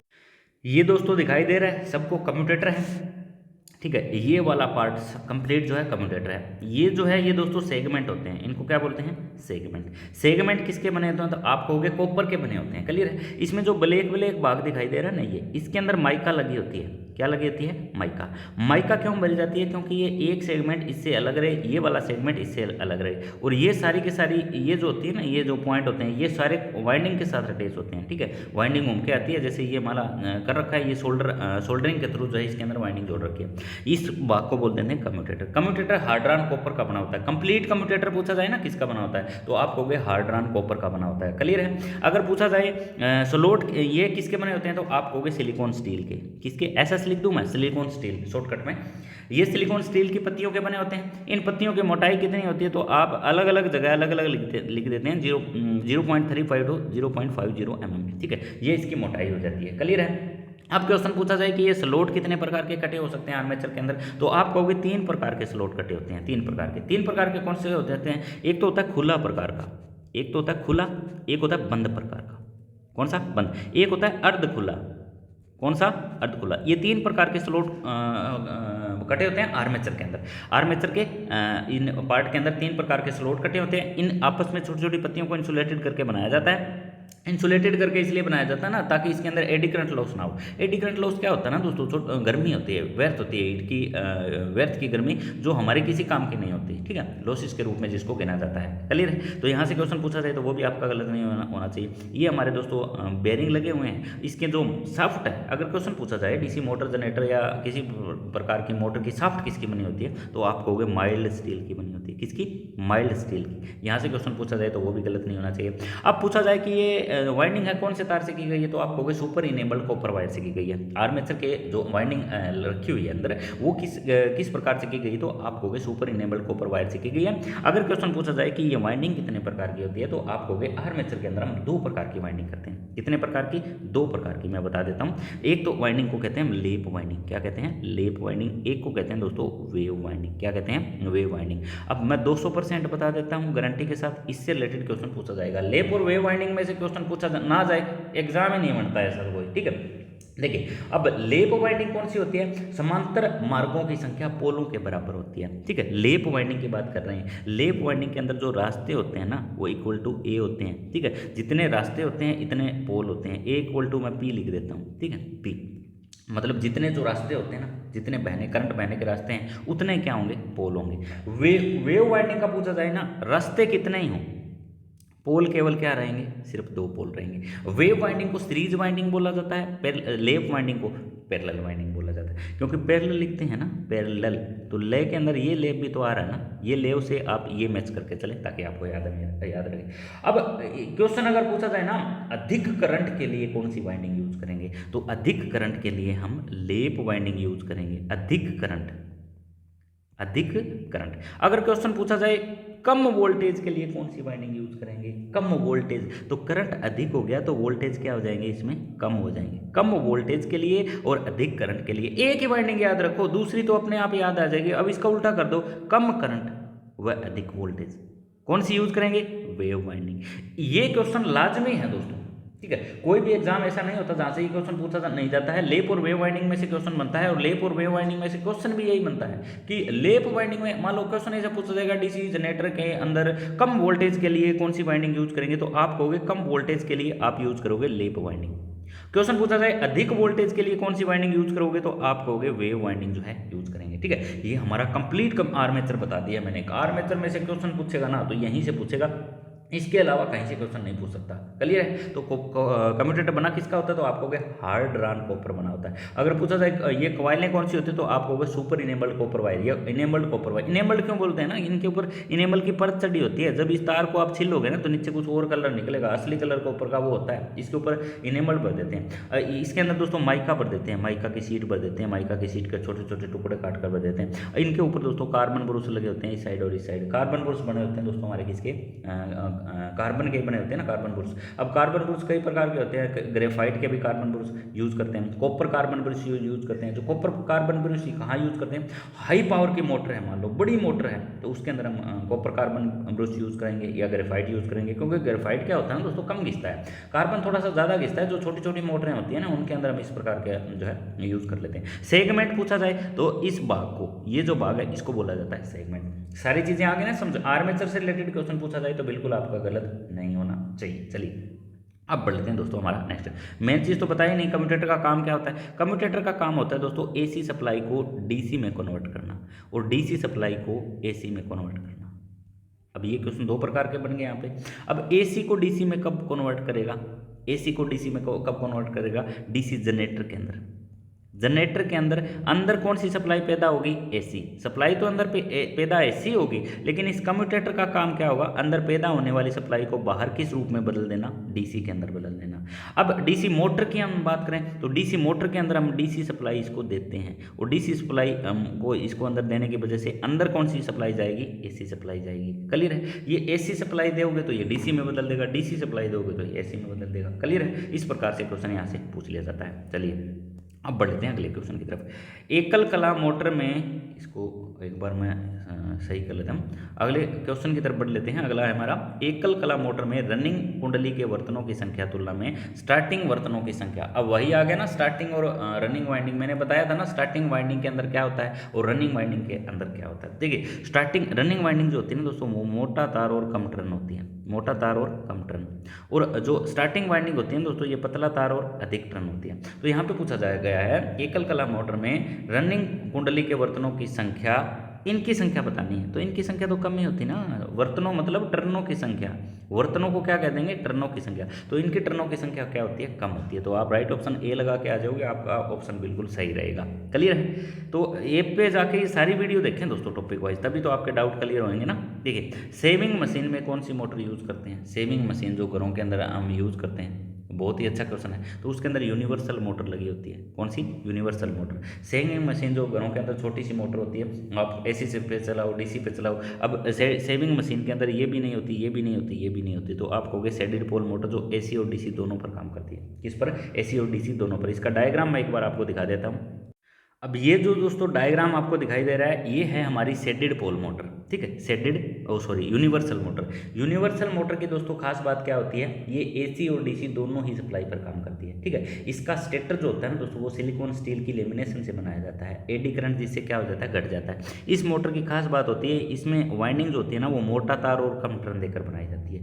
ये भी मोटा तार और कम टर्न, और ये भी मोटा तार और कम टर्न। इसके अंदर भी दोस्तों कम्यूटेटर लगा होता है। इसके कनेक्शन पूछ ले जाते हैं कई बार, नॉर्मली इसका डायग्राम बताकर इसके कनेक्शन पूछ लिए जाते हैं। मैं कनेक्शन आपको इसके दिखा देता हूँ, ताकि इसमें से कोई क्वेश्चन आपसे पूछ लिया जाए तो वो आपका कम से कम गलत है ना हो। ठीक है, इसके कनेक्शन हम देख लेते हैं, ये वाले। ठीक है, ऐसे कनेक्शन करते हैं। आर्मेचर जो होता है ना दोस्तों, वो इसका सीरीज में जुड़ा होता है। ये आर्मेचर है, ये हमारी फील्ड वाइंडिंग है, ये हमारी फील्ड वाइंडिंग है। जो मोटा तार कम टर्न है, ये भी मोटा तार और कम टर्न देकर बनाई जाती है। ये हमारे कार्बन ब्रुश लगे होते हैं। एसी और डीसी दोनों प्रकार की सप्लाई पर ये लगे काम करती है। इसका यूज पूछा जाए ना, आप कहोगे ग्राइंडर के अंदर, बाल सुखाने वाली मशीन के अंदर, मिक्सियों के अंदर, जिसके अंदर जो हमारी आपने इलेक्ट्रिक ड्रिल देखी होगी, इलेक्ट्रिक ड्रिल के अंदर भी तो इसी का यूज़ करते हैं। इसका स्लोटिंग टार्क अच्छा होता है और दोनों ही प्रकार की सप्लाई पर जो है ये काम कर सकती है, एसी और डीसी। ठीक है, स्टेटर वाइंडिंग और रनिंग वाइंडिंग ब्रुशों के सीरीज में जुड़ी होती है। ये वाली स्टेटर वाइंडिंग जो है ना, ये दोनों के दोनों किस में जुड़ी होती है, सीरीज में। इसको सीरीज मोटर, इसकी बनावट जो होती है ना दोस्तों, ऐसी सीरीज मोटर के समान होती है। यहाँ से भी क्वेश्चन पूछा जा सकता है। तो आप कहोगे यूनिवर्सल मोटर जो है यूज पूछा जाएगा इसका। ठीक है, एसी डीसी दोनों सप्लाई पर ही तो ये चली सकती है। अब इसका डायग्राम आपने देख लिया, इसके यूज आपने देख लिया, ग्राइंडर में, सिलाई मशीन में, बाल सुखाने वाली मशीन में, पोर्टेबल जितने भी प्रकार की मशीन होती है, ब्लोअर के अंदर। अब इस प्रकार की मशीनों की आप मोटर की वो कैसे करोगे, पहचान कैसे करोगे, तो इनके अंदर हमारा कम्यूटेटर लगा होता है। क्लियर है, तो ये हमारी हो जाती है यूनिवर्सल मोटर। एसी और डीसी दोनों प्रकार की सप्लाई पर काम करने वाली मोटर, बहुत ही अच्छी मोटर है, इंटरेस्टिंग लेवल की मोटर है, और यहाँ से क्वेश्चन ज़्यादा बार एग्जाम में पूछे जाते हैं। कौन सा मोटर विद्युत प्रचालित खिलौनों में प्रयुक्त होता है? खिलौनों की बात की गई है, खिलौनों के अंदर कौन सा लोड होगा? बिल्कुल ही निम्न लोड होगा, बहुत ही कम लोड होगा। तो इस प्रकार का पूछा जाए तो आप कहोगे इस प्रकार की मोटर के अंदर हम यूज करेंगे शेडेड पोल मोटर। कौन सी? Shaded pole motor. Shaded pole motor कम पावर की बनाई जाती है, छोटी छोटी मोटरें होती है, तो आप कहोगे शेडेड पोल मोटर का यूज जो किया जाता है वो खिलौनों के अंदर कर सकते हैं। चलिए अगला क्वेश्चन देख लेते हैं। अगला क्वेश्चन है हमारा शेडेड पोल मोटर, तो आप पढ़ चुके हो ना। अगला क्वेश्चन है निम्न में से कौन सा अवयव शेडेड पोल मोटर में नहीं होता? तो शेडेड पोल मोटर के अंदर जो है नहीं होता, कैपेसिटर भी नहीं होता शेडेड पोल मोटर के अंदर, क्योंकि शेडेड रिंग लगी होती है। सीएफएस भी नहीं होता है, केंद्रिक स्विच को बोलते हैं सीएफएस, ठीक है, सीएफएस सेंट्रीफ्यूगल स्विच। कम्यूटेटर ये भी नहीं होता। तो शेडेड पोल मोटर के अंदर ये कोई भी चीज़ नहीं होती, ना कैपेसिटर होता, ना हमारा सीएफएस होता सेंट्रीफ्यूगल स्विच, ना कम्यूटेटर होता है। इसके अंदर एक होता है बस shaded pole rotor, shaded pole, ठीक है। इसके अंदर रोटर पूछा जाए तो आप कहोगे स्क्विरल केज रोटर ही होता है, स्क्विरल केज रोटर। इसका रोटर से रिलेटेड क्वेश्चन पूछा जाता है। क्लियर है। अगर क्वेश्चन पूछा जाए शेडेड पोल किस मोटर में लगे होते हैं, तो आप कहोगे शेडेड पोल मोटर के अंदर शेडेड पोल लगे होते हैं, शेडेड रिंग के थ्रू। अगला क्वेश्चन देख लेते हैं। मोटर में वैक्यूम क्लीनर में प्रयोग किया जाता है। क्वेश्चन पूछा गया है कि मोटर कौन सी वैक्यूम क्लीनर के अंदर यूज करेंगे, तो आप सीधा सीधा बता दोगे जो है। इसके अंदर दोबारा क्वेश्चन पढ़ते हैं। मोटर वैक्यूम क्लीनर के अंदर, तो वैक्यूम क्लीनर के अंदर आप यूनिवर्सल मोटर यूज करोगे। कौन सी मोटर? यूनिवर्सल मोटर, ठीक है। इसके अलावा मैंने बता दिया है मिक्सियों के अंदर, ग्राइंडर के अंदर, इलेक्ट्रिकल टूल मशीन के अंदर, ठीक है।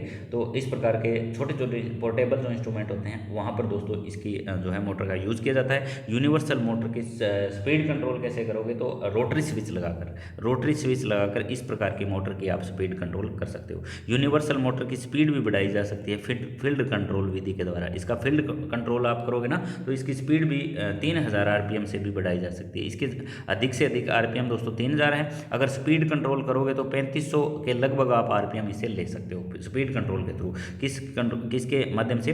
फील्ड जो है कंट्रोल के माध्यम से। चलिए अगला क्वेश्चन देख लेते हैं। किस धातु की बनी shaded ring shaded pole motor में प्राय प्रयोग की जाती है, तो वो कॉपर की होती है ना। तो शेडेड रिंग मोटर के अंदर जो हम शेडेड रिंग यूज़ कर रहे हैं ना, यहाँ पे जो शेडेड रिंग हमारी लगी होती है, जैसे ये हमारा मेन पोल है, ये हमारा छोटा सा पोल और होता है, तो यहाँ जो वाइंडिंग की जाती है उसकी बात की गई है, वो होती है कॉपर की। तांबर को क्या बोलते हैं? कॉपर बोलते हैं। चलिए अगले क्वेश्चन की तरफ बढ़ लेते हैं।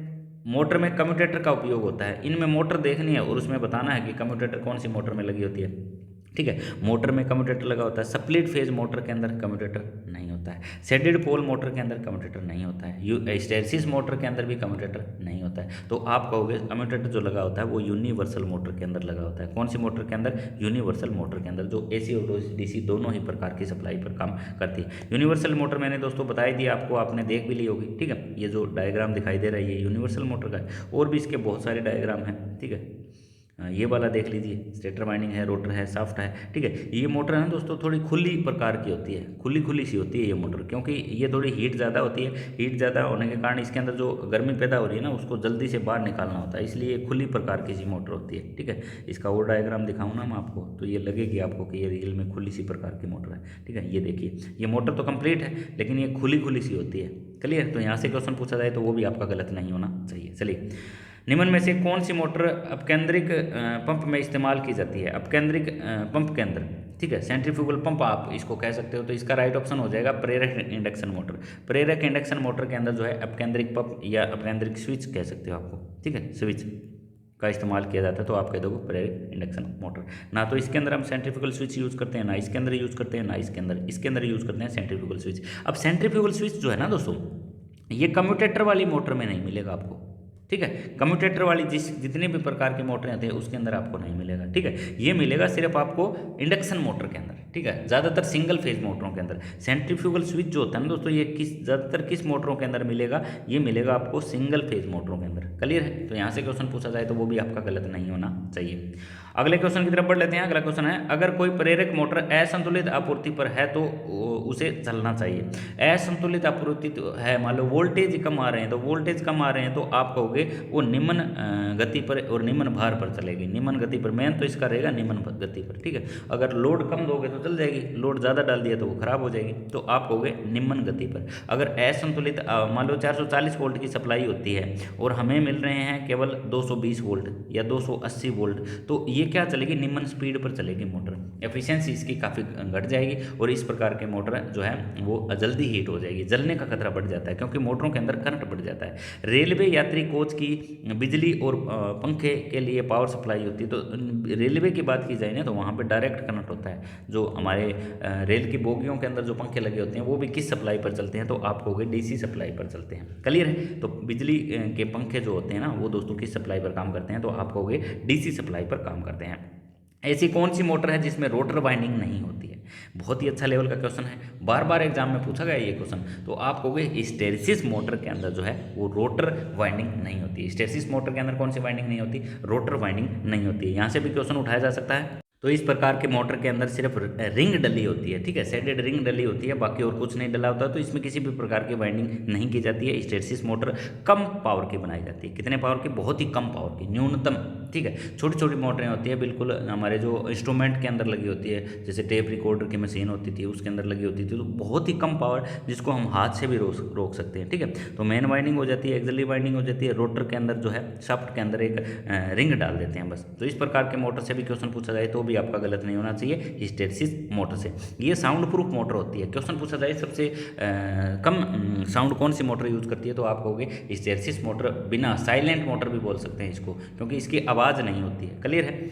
अगला क्वेश्चन है, सामान्य रूप से किस मोटर की गति 3000 घूर्णन प्रति मिनट या उससे ज़्यादा भी हो सकती है? तो ये मोटर तो हम पढ़ ही चुके हैं, ठीक है। इसमें ऑप्शन ही नहीं दिया गया, संगृहीतर मोटर, डीसी शंट मोटर, प्रेरण मोटर, यूनिवर्सल मोटर। बिल्कुल सामान्य गति से भी अधिक स्पीड, ठीक है, सामान्य से भी हमें ज़्यादा उसकी स्पीड की जरूरत पड़े तो इसे 3500 आरपीएम कम से कम हम ले सकते हैं इसका फील्ड कंट्रोल करके। क्लियर है? तो आप कहोगे यूनिवर्सल मोटर। सामान्य रूप से किस मोटर की गति 3000 घूर्णन प्रति मिनट से उससे ज़्यादा भी हो सकती है, तो आप कहोगे यूनिवर्सल मोटर। चलिए, थोड़ी सी स्पीड ज़्यादा तो शंट मोटर की भी हो सकती है, शंट मोटर की स्पीड भी आप थोड़ी ज़्यादा ले सकते हो, लेकिन यूनिवर्सल मोटर की स्पीड ज़्यादा आप आसानी के साथ ले सकते हो।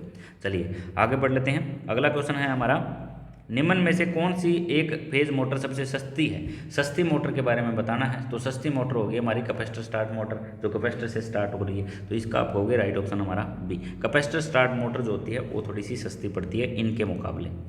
अगला क्वेश्चन है दोस्तों हमारा, छत का पंखा का घूमने वाला भाग कौन सा होता है? तो घूमता है ना दोस्तों, वो इसकी बॉडी घूमती है, या इसको बोल सकते हो आप स्टेटर इसका रोटेट करता है। रोटर तो दोस्तों इसका स्थिर रहता है, ठीक है। जो रोटर होता है ना उसके अंदर ऐसे वाइंडिंग कर देते हैं, स्टार्टिंग और रनिंग वाइंडिंग। अब ऐसा क्वेश्चन पूछा जाए कि छत के पंखे की मोटर कौन सी होती है, तो आप कहोगे permanent capacitor motor. Permanent capacitor motor बोलोगे सबसे पहली बात। तो अगर पूछा जाए छत के पंखे के अंदर जो वाइंडिंग की जाती है उसके अंदर तार कौन से नंबर का यूज करते हैं, तो आप कहोगे 34 और 35 नंबर का तार यूज करते हैं, ठीक है। 34 नंबर का तार रनिंग वाइंडिंग के अंदर, 35 नंबर का तार स्टार्टिंग वाइंडिंग के अंदर। क्लियर है? तो यहाँ से क्वेश्चन पूछा जाए तो वो भी आपका गलत नहीं होना चाहिए, ठीक है। उसके बाद पूछा जाए कि स्टेटर किस प्रकार का होता है, या बॉडी इसके अंदर जो एक कड़ा सा लगा होता है ना इस प्रकार का, वो स्क्विरल केज रोटर होता है। कौन सा? Squirrel cage rotor. उसके जो खांचे से कटे होते हैं ना दोस्तों वो तिरछे कटे होते हैं ताकि ज़्यादा से ज़्यादा मैग्नेटिक फ्लक्स को काटा जा सके। वहाँ से भी क्वेश्चन उठाया जा सकता है। आगे है, निम्न में से कौन से प्रत्याकर्षण मोटर की कमी नहीं है? कमी बतानी है, ठीक है। प्रत्याकर्षण मोटर यानी रिपल्सन मोटर की कमी नहीं है, तो कमी तो इसकी ये नहीं है ना, ये पावर फैक्टर अच्छा होता है इसका, उच्च पावर फैक्टर, बाकी तो ये कमी है ही, ठीक है। ये कमी इसके अंदर नहीं है। इसका पावर फैक्टर क्या होता है? अच्छा होता है, पावर फैक्टर अच्छा होता है, और इसका स्टार्टिंग टार्क जो होता है ना वो दोस्तों हाई होता है, इसलिए इस मोटर का इस्तेमाल ज़्यादातर किया जाता है। चलिए अगला है, अनुत्तेजित सिंगल फेज तुल्यकालिक मोटर है, ठीक है। अनुत्तेजित जिसको अलग से एक्साइट नहीं किया जा सकता, तो आप कहोगे हिस्टैरिसीस मोटर। हिस्टैरिसीस मोटर जो है दोस्तों अनुत्तेजित एक सिंगल फेज मोटर है जिसके अंदर रोटर के अंदर वाइंडिंग नहीं की जाती है। साइलेंट मोटर के नाम से भी दोस्तों इसको जाना जाता है। अब बढ़ लेते हैं अगले क्वेश्चन की तरफ। अगला क्वेश्चन दोस्तों है हमारा, सिंगल फेज मोटर को स्टार्ट करने की सबसे सस्ती और उपयुक्त विधि कौन सी है? तो सबसे सस्ती और उपयुक्त विधि है कैपेसिटर से। आप कैपेसिटर से स्टार्ट कर लो मोटर को, तो कैपेसिटर स्टार्ट विधि जो है सिंगल फेज मोटर की सबसे सस्ती विधि है, ठीक है। इसे सारी रेजिस्टेंस टाइप यूज करोगे तो मोटर महंगी पड़ेगी, फेज भी वक्त करोगे तो मोटर महंगी पड़ेगी, इंडक्टेंस टाइप विधि यूज करोगे तो भी मोटर महंगी पड़ेगी। एक कैपेसिटर ले आओ, इलेक्ट्रोलाइटिक मोटर के अंदर लगाओ और मोटर को सेल्फ स्टार्ट बनाओ, सबसे सस्ती विधि हो जाती है। उसके बाद दोस्तों मोटर की बनावट के अंदर चेंज करना पड़ता है, जिससे मोटर हमारी क्या हो जाती है, महंगी हो जाती है। सिंगल फेज मोटर का स्टार्टिंग कैपेसिटर होता है, जो सिंगल फेज मोटर होती है उसका स्टार्टिंग कैपेसिटर किस प्रकार का होता है, तो आप कहोगे विद्युत अपघटय प्रकार का, ठीक है, इलेक्ट्रोलाइटिक प्रकार का। जो स्टार्टिंग कैपेसिटर होता है वो इलेक्ट्रोलाइटिक प्रकार का होता है, जो हमारा रनिंग कैपेसिटर होता है वो पेपर प्रकार का होता है। कौन सा, पेपर प्रकार का। तो यहाँ से भी क्वेश्चन पूछा जाए तो वो भी आपका गलत नहीं होना चाहिए।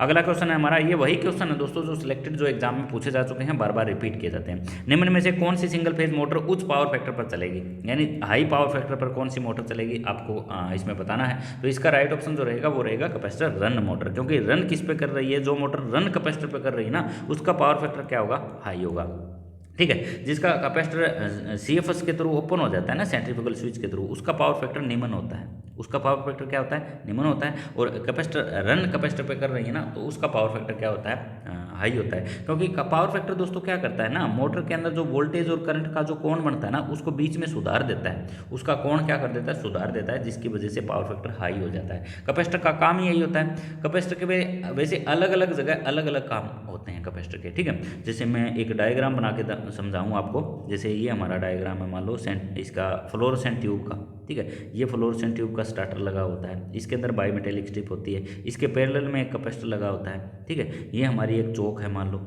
ठीक है, इसके यहाँ पे ये इसका कनेक्शन हो गया, एक यहाँ कैपेसिटर लगा होता है, दो प्रकार के कैपेसिटर लग गए, ठीक है। ये वाला कैपेसिटर काम करता है पावर फैक्टर को सुधारने का, ये वाला कैपेसिटर जो ग्लो टाइप स्टार्टर के अंदर जो कैपेसिटर लगा होता है, ये चिंगारी को खत्म करता है, ठीक है। जो बायोमेटेलिक स्ट्रिप होती है ना, वो बायोमेटेलिक स्ट्रिप को फ्लोरोसेंट ट्यूब को क्या करती है, 20 बार ऑन करती है, 20 बार ऑफ करती है, जिसकी वजह से इनके बीच स्पार्किंग होती है। उस स्पार्किंग को खत्म करता है हमारा ये कैपेसिटर, ठीक है। अब ये कैपेसिटर तो स्पार्किंग को खत्म कर रहा है, ये कैपेसिटर पावर फैक्टर को इंप्रूव कर रहा है। तो कैपेसिटर के अलग अलग काम हो गए ना। ये कैपेसिटर है इलेक्ट्रॉनिक्स टाइप, ये कैपेसिटर है दोस्तों हमारा पेपर टाइप। तो ये अलग अलग प्रकार के कैपेसिटर होते हैं, अलग अलग जगह दोस्तों इनका यूज किया जाता है। इस चौक का काम क्या होता है, अगर फ्लोरोसेंट ट्यूब में ये पूछ लिया जाए चौक लगाते हैं उसका काम क्या होता है, तो स्टार्टिंग के अंदर ये सप्लाई वोल्टेज को 4 गुना बढ़ा के वोल्टेज देती है इस चौक को, इस ट्यूब को, ताकि इसके अंदर जो मरकरी और आर्गन जो भरी हुई है उसका जल्दी से इलेक्ट्रो डिस्चार्जिंग क्रिया की जा सके, ठीक है। इसलिए स्टार्टिंग के अंदर 4 गुना बढ़ा के देती है, लगभग 880 वोल्ट, उसके बाद आधा कर देती है। सप्लाई वोल्टेज 220 होती है, उसका आधा 110 कर देती है।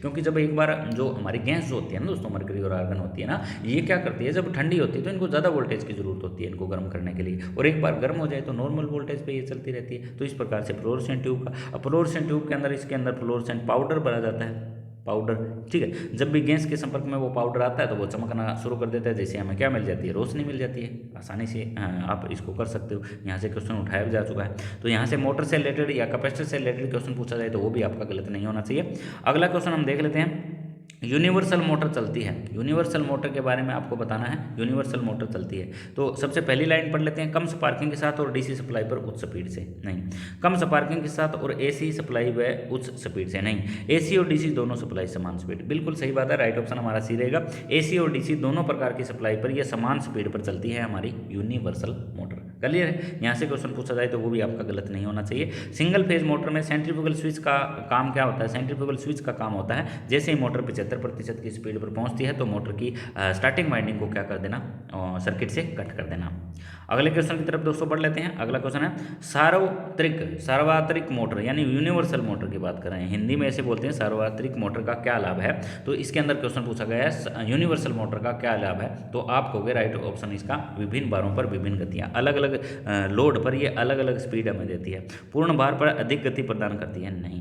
गति केवल पूर्ण भार पर देती है, नहीं। सारे भारों पर स्थिर गति चलती है, नहीं। ये अलग अलग लोड पर अलग अलग गतियाँ आपको दे देगी। जितने लोड पर जितनी भी स्पीड की जरूरत है ना उतनी स्पीड इससे आप ले सकते हो यूनिवर्सल मोटर से। मैं ज़्यादा क्वेश्चन क्यों करवा रहा हूँ पता है आपको, क्योंकि यूनिवर्सल मोटर से ही ज़्यादा क्वेश्चन पूछे जाते हैं। अगला क्वेश्चन बहुत अच्छे लेवल का है। वाणिज्यिक तौर पर सिंगल फेज मोटरों में निम्नलिखित में से असौ शक्ति बनाई जाती है। औद्योगिक तौर पर वाणिज्यिक तौर पर जो मोटर लगाई जाती है वो दोस्तों सिर्फ 2 HP की लगाई जाती है। कितने HP की? 2 HP की, ठीक है। 2 HP में कितने वाट हो गए, तो 746 को गुणा 2 से कर लो आप, ठीक है। अगर बैटरीज में पूछा जाए, अगर मीट्रिक में पूछा जाए तो 735.5 से 2 से गुना कर लो तो आपके मीट्रिक में आ जाएंगे। क्लियर है। एग्जाम पे डिपेंड है एग्जामिनर किस प्रकार का क्वेश्चन पूछता है। निम्नलिखित में से किस उपकरण के लिए सबसे कम रेटिंग की मोटर की आवश्यकता होती है? बिल्कुल कम रेटिंग की, तो बिल्कुल कम रेटिंग की तो बिजली की घड़ी, इसमें ऑप्शन दिया गया है, ऑप्शन बी घरेलू। निम्नलिखित में किस उपकरण के लिए सबसे कम रेटिंग की, तो बिजली की घड़ी के अंदर सबसे कम रेटिंग की आप मोटर यूज़ कर सकते हो, ठीक है, जो टिक टिक की आवाज़ करके चलती है। घरेलू मिक्सर ग्राइंडर के अंदर और महंगी मोटर लगेगी। टेबल फोन में भी थोड़ी महंगी। और सिलाई मशीन के अंदर तो यूनिवर्सल मोटर लगाएंगे, यूनिवर्सल मोटर हमारी महंगी हो जाती है। क्लियर है। अगला क्वेश्चन है, अपकेंद्रिक स्विच का उपयोग सामान्यतः किया जाता है यूनिवर्सल मोटर में, प्रतिकर्षण मोटर में, capacitor start capacitor run motor में। बिल्कुल राइट ऑप्शन हमारा क्या रहेगा, C, capacitor start capacitor run motor के अंदर आप सेंट्रीफ्यूगल स्विच का इस्तेमाल कर सकते हैं। अगला क्वेश्चन है, एक ऐसी मोटर जिसमें रोटर वाइंडिंग नहीं होती है, तो ये हम कर चुके हैं। कौन सी मोटर के अंदर, हिस्टैरिसीस मोटर के अंदर रोटर वाइंडिंग जो है वो नहीं होती है। ये क्वेश्चन शायद दोबारा रिपीट हो चुका है। सीलिंग फैन के लिए आमतौर पर प्रयुक्त सिंगल फेज मोटर किस्म होती है। सीलिंग फैन के लिए मैंने बताया ना, परमानेंट कैपेसिटर मोटर यूज़ करते हैं। कौन सी motor, permanent capacitor motor use करते हैं सीलिंग फैन के अंदर। तो सीलिंग फैन से भी क्वेश्चन पूछा जाए तो वो भी आपका गलत नहीं होना चाहिए। अगला क्वेश्चन दोस्तों है हमारा, रिपल्सन मोटर की घूर्णन की दिशा विपरीत करके बदली जा सकती है। तो आप इसके कनेक्शन बदल के इसकी आसानी के साथ या ब्रुश की स्थिति, इसका सही ऑप्शन तो रहेगा ब्रुश की स्थिति। आप ब्रुश की कंडीशन चेंज करिए, लेफ्ट वाला राइट पर लगाइए, राइट वाला लेफ्ट पे लगाइए, तो रिपल्सन मोटर का आप DOR चेंज कर सकते हैं। DOR का फुल फॉर्म होता है direction of rotation.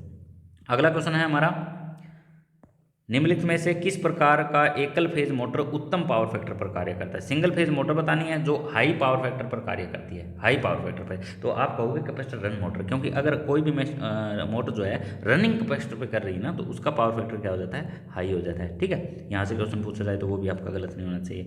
Shaded pole motor की एफिशिएंसी कितनी होती है, शेडेड पोल मोटर 5 से 30%, या तो दोस्तों पूछा जाता है 5 से 35%, या ऑप्शन दिया जाएगा 5 से 30%। जो शेडेड पोल मोटर होती है दोस्तों, इनकी एफिशिएंसी होती है 5 से 35%।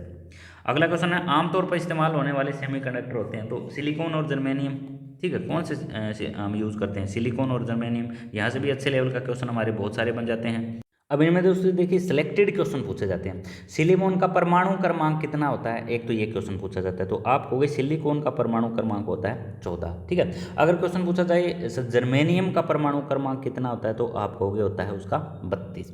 उसके बाद संयोजी इलेक्ट्रॉनों की संख्या सिलिकॉन में कितनी होती है, तो आप कहोगे 4 होती है, 4 होती है। अगर क्वेश्चन पूछा जाए संयोजी इलेक्ट्रॉनों की संख्या जो होती है वो हमारे उसमें कितनी होती है, ठीक है, तो उसमें अलग अलग होती है, इलेक्ट्रॉनिक विन्यास जो होता है उसमें अलग अलग होता है। उसमें परमाणु क्रमांक की संख्या तो दोस्तों हमारी हो जाती है 32। इसके अंदर जो इलेक्ट्रॉनिक विन्यास जो होता है वो 2 का होता है, 8 का होता है हमारा, ठीक है, या 18 का होता है, या 4 का होता है, ठीक है। और संयोजी इलेक्ट्रॉनों की संख्या जो होती है ना दोस्तों, वो जर्मेनियम, इसको मैं GE लिख दूँ और इसको मैं SE लिख दूँ, सिलिकॉन और जर्मेनियम हो जाएगा, SI से लिखते हैं इसको, ठीक है। तो ये हमारे इलेक्ट्रॉनों की संख्या इसमें पूछे जाए ना कितनी होती है संयोजी इलेक्ट्रॉनों की संख्या, तो इसमें भी 4 होती है और जर्मेनियम भी क्या होती है, 4 होती है। सिलिकॉन परमाणु की ताप सहनशीलता अगर पूछी जाए, यानी टेम्परेचर कितना ये सहन कर सकता है, तो आप कहोगे 200 डिग्री तक, 200 डिग्री सेल्सियस तक जो है ये टेम्परेचर सहन कर सकता है। अगर उसकी पूछा जाए तो उसकी कहोगे आप 72 डिग्री से लेके 200 तक, 72 डिग्री से लेकर 200 तक आप इसका यूज़ कर सकते हो, ठीक है। तो ये हमारा सिलिकॉन है, ये हमारा जर्मेनियम है। सिलिकॉन से जर्मेनियम से रिलेटेड यही क्वेश्चन पूछे जाते हैं, यहाँ से सेलेक्टेड क्वेश्चन बन जाते हैं जो एग्जाम में अक्सर पूछे जाते हैं। या तो इनके परमाणु भार से क्वेश्चन पूछा जाता है, या संयोजी इलेक्ट्रॉनों की संख्या कितनी होती है, या वहाँ से पूछा जाता है। तो दोनों के प्रकार के क्वेश्चन दोस्तों सिलेक्टेड है, इंपॉर्टेंट है, क्वेश्चन यहाँ से एग्जाम में पूछे जाते हैं। जर्मेनियम का कई बार वोल्टेज पूछ लिया जाता है, या सिलिकॉन का पूछ लिया जाता है, ठीक है। तो सिलिकॉन के लिए वोल्टेज होता है 1.1 और जर्मेनियम के लिए होता है दोस्तों 0.7, ठीक है, 0.7 E वोल्ट। क्लियर है। तो यहाँ से भी क्वेश्चन हो सकता है, उठा लिया जाए। सिलिकॉन और जर्मेनियम जो एक टाइप से हमारे अर्धचालक होते हैं, जो ना तो कंडक्टर होते हैं और ना हमारे क्या होते हैं, इंसुलेटर होते हैं। चलिए अब बढ़ते हैं अगले क्वेश्चन की तरफ। अगला क्वेश्चन हमारा, पदार्थ जिनकी रेजिस्टिविटी और चालक कुचालक के मध्य आती है, तो ये तो हो ही गया ना हमारा, जिनकी चालक और कुचालक दोनों के मध्य आती है उनको क्या कहते हैं, सेमीकंडक्टर कहते हैं। क्या कहते हैं, सेमीकंडक्टर के नाम से दोस्तों इनको जाना जाता है। सेमीकंडक्टर हमने 2 पढ़ लिए, सिलिकॉन और जर्मेनियम। जो मैंने अभी ऊपर चीज़ें बताई थी उनमें से 2 क्वेश्चन लाजमी एग्जाम में देख लेना, पूछे जाएंगे। चलिए अगला क्वेश्चन है, कम्यूटेटर में इस्तेमाल होने वाला इंसुलेशन होता है। कम्यूटेटर के अंदर कौन यूज़ करते हैं, माइका यूज़ करते हैं। क्या यूज़ करते हैं, माइका। हिंदी में क्या बोला जाता है, तो आप कहोगे उसको अभ्रक कहा जाता है। क्या कहा जाता है, अभ्रक कहा जाता है। अगला क्वेश्चन है दोस्तों हमारा, निम्न में से सबसे ज़्यादा रेजिस्टिविटी किसकी होती है। रेजिस्टिविटी होती है दोस्तों इसकी ऑयल की, ठीक है। सबसे ज़्यादा जो रेजिस्टिविटी होती है ना वो मिनरल ऑयल की होती है, जिसको नेपथा ऑयल कहते हैं, नेपथा ऑयल, ठीक है। अगर क्वेश्चन पूछा जाए ना आपसे कि सबसे जो ट्रांसफार्मर जो होता है वो किस ऑयल पर काम करता है, तो आप कहोगे नेपथा ऑयल, ठीक है। मिनरल ऑयल, खनिज तेल, ये निम्न नाम होते हैं हमारे इसके ऑयल के। ठीक है, अगला क्वेश्चन दोस्तों है हमारा SWG का मतलब क्या होता है। तो SWG का मतलब दोस्तों सभी को पता है, standard wire gauge. Standard wire gauge के अंदर माप सीमा कितनी होती है, तो आप कहोगे 0 से लेकर 36 तक, 36 नंबर तक, 0 से लेकर 0 to 36 नंबर तक स्टैंडर्ड वायर गेज होता है। स्टैंडर्ड वायर गेज जो होता है वो काम दोस्तों उल्टा करता है, जितना बड़ा नंबर होगा उतनी पतली तार होगी। मान लो 36 नंबर की तार होगी ना दोस्तों, वो बिल्कुल पतली होगी। ठीक है, उसके बाद ये किस में दर्शाता है, तो ये मिलीमीटर में दर्शाता है, किसमें, mm में। अगर पूछा जाए AWG किस सिद्धांत पर AWG जो होता है उसका फुल फॉर्म क्या होता है, तो इसका कहोगे अमेरिकन वायर गेज। AWG का पूछा जाए तो अमेरिकन वायर गेज, SWG का पूछा जाए तो स्टैंडर्ड वायर गेज। उसके बाद देखिए दोस्तों AWG होता है वो किस में मापता है, तो वो माइल्स के अंदर मापता है। ठीक है, तार का व्यास किस में मापता है, माइल्स के अंदर। क्वेश्चन पूछा जा चुका है, सिलेक्टेड है। जब एग्जाम का लेवल हार्ड बनता है ना दोस्तों, तो इस प्रकार के क्वेश्चन पूछे जाते हैं। ठीक है, अब स्टैंडर्ड वायर गेज के अंदर मान लो 7/22 की कोई तार है, तो इसको कैसे पढ़ेंगे, तो 22 जो है ना दोस्तों ये गेज है तार का, क्या है, गेज, और उसके अंदर तार कितने हैं, 7 है। इस प्रकार से इसको हम पढ़ते हैं, जैसे 7/22, 6/22, 4/22। ठीक है, 2/28, 28 तो तार का साइज है, 2 केबल के अंदर क्या है, तार है। ट्रांसफार्मर की बुशिंग बनती है। ट्रांसफार्मर के जो ऊपर बुश लगे होते हैं वो बुशिंग बनी होती है पोर्सलीन की। किसकी बनी होती है, पोर्सलीन की। पोर्सलीन की खास बात ये होती है कि इनके ऊपर टेम्परेचर का ज़्यादा इफेक्ट नहीं पड़ता। ठीक है, टेम्परेचर को ये सहन कर लेती है, लेकिन इनकी माप सीमा टेम्परेचर हाई चला जाए तो ये फट भी जाती है, बुशिंग फट जाती है। ठीक है, तो यहाँ से भी क्वेश्चन पूछा जाए तो आपका बिल्कुल गलत नहीं होना चाहिए। अगला क्वेश्चन है पोटेंशियल ट्रांसफार्मर को माना जा सकता है, तो PT, पोटेंशियल ट्रांसफार्मर को क्या कहते हैं, PT कहते हैं। और इसको किस नाम से जाना जा सकता है, तो वोल्टेज ट्रांसफार्मर के नाम से भी जाना जाता है। किस नाम से, वोल्टेज ट्रांसफार्मर के नाम से भी इसको जाना जा सकता है। अगला क्वेश्चन दोस्तों है हमारा AC पावर को DC में परिवर्तित करने के लिए युक्तियां प्रयोग की जाती है। AC को किस में बदल रहे हैं, DC के अंदर। तो DC के अंदर क्या बदलेगा, रेक्टिफायर बदलेगा। ठीक है, रेक्टिफायर का सिंबल आपको दोस्तों पता है, इस प्रकार से सिंबल होता है। ये जो काम करता है दोस्तों, ये करता है काम कैथोड का। किसका, कैथोड का। और ये जो काम करता है दोस्तों, ये करता है एनोड का। एनोड को दोस्तों हम बोलते हैं पॉजिटिव और कैथोड को क्या बोलते हैं, नेगेटिव। ये आगे वाला हिस्सा। रेक्टिफायर को रियल में देखोगे ना तो एक पट्टी लगी होती है, तो वो पट्टी काम करती है कैथोड का, वो होता है हमारा नेगेटिव। और जो पीछे की तरफ ये होता है ना, ये ब्लैक पार्ट होता है, इसको बोलते हैं एनोड, ये काम करता है पॉजिटिव का। क्लियर है। AC पावर को DC पावर में परिवर्तित करने के लिए निम्नलिखित में किस उपयुक्ति का प्रयोग करोगे, तो आप होगे रेक्टिफायर। अगला क्वेश्चन है किस प्रकार के AC से DC कन्वर्टर में लॉस और क्षमता जो है वो अधिक होती है। बहुत ही अच्छा क्वेश्चन है, इसमें रेक्टिफायर से रिलेटेड क्वेश्चन पूछा गया है, मेटल रेक्टिफायर। ठीक है, बहुत अच्छा क्वेश्चन है, बहुत बार के एग्जाम में पूछा गया है। किस प्रकार के AC से DC कन्वर्टर में लॉस तो क्या हो, कम हो, और एफिशिएंसी क्या हो, ज़्यादा हो। तो इस प्रकार का जो रेक्टिफायर होता है उसको बोलते हैं मेटल रेक्टिफायर, और मेटल रेक्टिफायर से क्वेश्चन ज़्यादा बार एग्जाम में पूछे जाते हैं।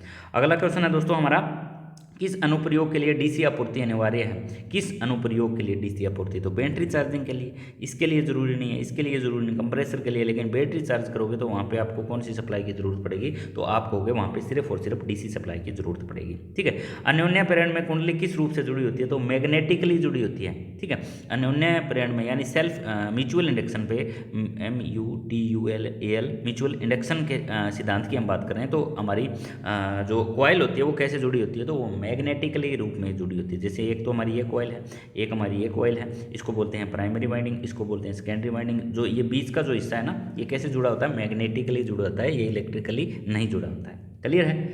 अगला क्वेश्चन है दोस्तों बैटरी चार्जिंग के पश्चात पॉजिटिव प्लेट का कलर कैसा हो जाता है। बैटरी चार्जिंग के पश्चात जो हमारी पॉजिटिव प्लेट है उसका रंग कैसा हो जाता है, तो आपका होगा चॉकलेटी हो जाता है। उसका रंग कैसा हो जाता है, चॉकलेटी हो जाता है।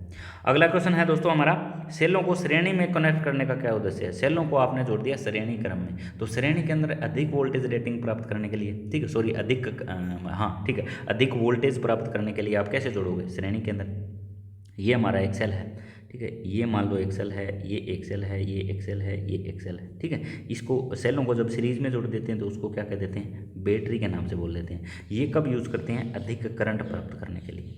किस लिए, अधिक करंट। इनको मैंने पैरेलल में जोड़ दिया, ये पैरेलल, ये पैरेलल और ये पैरेलल। इसको पैरेलल में जोड़ दिया तो हम क्या कहेंगे, इनसे हम क्या ज़्यादा ले रहे हैं, वोल्टेज, अधिक वोल्टेज प्राप्त करने के लिए। अधिक वोल्टेज प्राप्त करने के लिए सेलों को पैरेलल में जोड़ते हैं, अधिक करंट प्राप्त करने के लिए, ठीक है सॉरी, अधिक वोल्टेज प्राप्त करने के लिए हम जोड़ते हैं सीरीज में, और अधिक करंट प्राप्त करने के लिए हम जोड़ते हैं पैरेलल में। क्लियर है? यहाँ से क्वेश्चन पूछा जाए तो वो भी आपका गलत नहीं होना चाहिए। एक चीज़ याद रख लो आप, ठीक है, ये सीरीज वाला, सीरीज में जोड़ते हैं अधिक वोल्टेज प्राप्त करने के लिए, अधिक करंट प्राप्त करने के लिए आप जोड़ोगे पैरेलल में। चलिए अब बढ़ लेते हैं नेक्स्ट क्वेश्चन की तरफ। नेक्स्ट हमारा 7/22 तांबे में संख्या 22 का क्या अर्थ है। तो 22 जो संख्या दिखाई गई है ना दोस्तों, इसका मतलब ये है कि ये इसका SWG है। क्या है ये इसका? स्टैंडर्ड वायर गेज, SWG जिसको बोलते हैं, standard wire gauge. Standard wire gauge जो है वो तार को व्यास मापता है mm में, और AWG जो होता है वो तार का व्यास मापता है हमारे माइल्स के अंदर, माइल्स। ठीक है, दो प्रकार के क्वेश्चन बन जाते हैं, इंपॉर्टेंट है। अगर क्वेश्चन पूछा जाए कि SWG बना किसका होता है, तो आप कहोगे ये बना होता है इसका स्टील का, ठीक है, हमारा इसका प्योर स्टील होता है, हार्ड स्टील, ठीक है, क्योंकि इसको दोस्तों ये जो SWG होता है ना दोस्तों, सॉरी स्टीलनेस स्टील का ये बना होता है, पतली सी चद्दर का ये बना होता है। इसकी सावधानी क्या होती है, एक तो इसको जंग लगने से बचाना चाहिए। एक एग्जाम में SWG की सावधानी पूछी गई थी, है ना, तो इसके ऊपर चोट नहीं मारनी चाहिए। जो SWG होता है, चोट मारोगे तो इसका साइज अलग हो जाएगा, कुछ तार का अलग ही साइज बताएगा, ठीक है, और एक इसको जंग लगने से भी आपको बचाना चाहिए। अगला क्वेश्चन है दोस्तों हमारा इंटरपोल वाइंडिंग। इंटरपोल वाइंडिंग पूछी गई है। इंटरपोल वाइंडिंग मैंने बताई थी, ये हमारा मेन पोल है, ठीक है, ये हमारे मेन पोल है। इनके बीच में जो छोटे छोटे पोल लगाए जाते हैं, ठीक है, जो आर्मेचर के सीरीज में जुड़े होते हैं। आर्मेचर के कैसे जुड़े होते हैं? सीरीज में, ऐसे, ठीक है, तो इसको कहा जाता है इंटरपोल। इंटरपोल आर्मेचर रिएक्शन को कम करने के लिए लगाए जाते हैं। मोटे तार और कम टर्न के ये बने होते हैं, मोटा तार और कम टर्न। राइट ऑप्शन हमारा क्या हो जाता है? Option B. इंटरपोल मैं दिखा देता हूँ एक बार, है ना आपको। ये जो पोल दिखाई दे रहे हैं ना दोस्तों, इनके बीच में जो फंसे हुए, एक ये पोल, एक ये पोल, एक ये पोल और एक ये पोल, ये होते हैं इंटरपोल, ठीक है। ये हमारा कंपनसेटिंग वाइंडिंग होगी। ये इसके पोल फेस के ऊपर कंपनसेटिंग वाइंडिंग करते हैं, ठीक है। ये हमारा कम्यूटेटर दिखा रखा है अंदर नीचे, इंटरपोल, ये हमारे इंटरपोल लिखा हुआ है, साफ्ट लिखा हुआ है, मेन फील्ड वाइंडिंग लिखी हुई, ये हमारा हो जाता है बेस, ठीक है। अब देखिए दोस्तों, जो अभी इसमें इंटरपोल लगाने की ज़रूरत क्या पड़ती है हमें? देखिए, जब भी ये मैग्नेटिक फील्ड अपना फ्लक्स बनाते हैं तो ये आर्मेचर के कंडक्टरों के साथ लिंक करते हैं, लिंक तो करेंगे मैग्नेटिक फ्लक्स, तो आर्मेचर के कंडक्टरों में क्या बहना शुरू हो जाता है? करंट बहना शुरू हो जाता है। जब करंट बहेगा तो आर्मेचर भी एक अपना फ्लक्स बना लेते हैं। क्या बना लेते हैं? अपना फ्लक्स। और ये अपना फ्लक्स जो बनाते हैं आर्मेचर, ये मेन फ्लक्स का क्या करते हैं? विरोध करते हैं। लेंज के नियम अनुसार ये आर्मेचर द्वारा उत्पन्न फ्लक्स मेन फील्ड का विरोध करता है, जिसके कारण कार्बन बुश्कों पर स्पार्किंग बढ़ जाती है, मोटर और जनरेटर हमारी कम एफिशिएंसी देता है, ठीक है। अब इस फ्लक्स को हमें खत्म करना है, इस फ्लक्स को खत्म करना है तो हमने लगा दिए इंटरपोल। ये इंटरपोल क्या होते हैं? मोटा तार और कम टर्न देकर बनाए जाते हैं। ये अपना फ्लक्स बनाएगा और ये जो आर्मेचर का फ्लक्स बन रहा है ना, इसको डिस्ट्रॉय करेगा, इसको खत्म करेगा। तो इसको खत्म करेगा तो आर्मेचर रिएक्शन दूर हो जाएगा, ठीक है। एक तो आर्मेचर एक्शन ले, एक आर्मेचर रिएक्शन ले, दोनों में फर्क है ना बातों में। तो ये आर्मेचर रिएक्शन बोल देते हैं। इसकी वजह से मशीन गर्म हो जाती है, इसकी वजह से जो कम्यूटेटर उन पर स्पार्किंग बढ़ जाती है, मोटर हमारी हीट होने लगती है, अंदर मोटर के अंदर लॉसेज बढ़ जाते हैं। तो इस प्रकार से ये लॉसेज होते हैं जो इंटरपोल लगाकर। इंटरपोल के कनेक्शन कैसे होते हैं पूछा जाए ना क्वेश्चन, तो आप कहोगे आर्मेचर के सीरीज में होते हैं। इंटरपोल के कनेक्शन कैसे होते हैं? आर्मेचर के सीरीज में। अब बढ़ लेते हैं अगले क्वेश्चन की तरफ। अगला क्वेश्चन दोस्तों है हमारा, क्वेश्चन हमारे दोस्तों कंप्लीट हो चुके हैं सारे। इतने क्वेश्चन थे इस पीडीएफ के अंदर जो हमने कर लिए। लगभग दोस्तों हमने 200 प्लस क्वेश्चन इसके अंदर कर लिए होंगे, ठीक है। और हमारा पेज ज्वाइन कर लें, पीडीएफ चाहिए तो पीडीएफ भी ले लें, और जितना जल्दी हो स्टडी कर लें। एग्जाम बोर्ड ऐप पे दोस्तों डाउनलोड कर लें एग्जाम बोर्ड ऐप को, वहाँ से कुछ उसकी चार्जेस वगैरह है वो पे करके अपने सारे के सारे वीडियो लेक्चर देख लें। मिलते हैं दोस्तों जल्द नेक्स्ट वीडियो में, तब तक दोस्तों नमस्कार, जय हिंद, जय भारत।